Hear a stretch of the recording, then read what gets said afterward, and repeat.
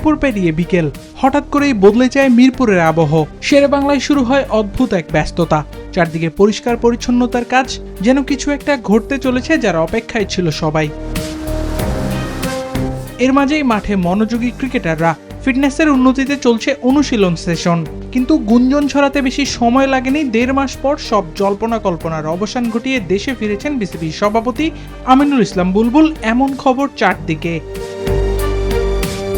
সংবাদকর্মীদের মাঝেও হঠাৎ করে বেড়ে যায় ব্যস্ততা। ক্যামেরার লেন্স প্রস্তুত নাটকীয় মুহূর্ত ধরতে। এরপরই হোম অফ ক্রিকেটে নিঃশব্দে প্রবেশ করেন বিসিবি বস। মাত্র 3 মিনিট, কিন্তু সেই 3 মিনিটে জমে ওঠে দৃশ্যপট। গভীর মনোযোগে পর্যবেক্ষণ করলেন অনুশীলন।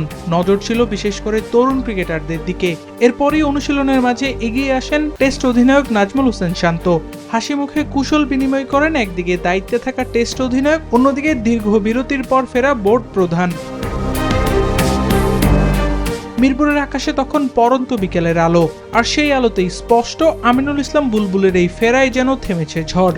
এখন সামনে তার নতুন চ্যালেঞ্জ। আবরার আল দাইয়ান, নিউজ 24, ঢাকা।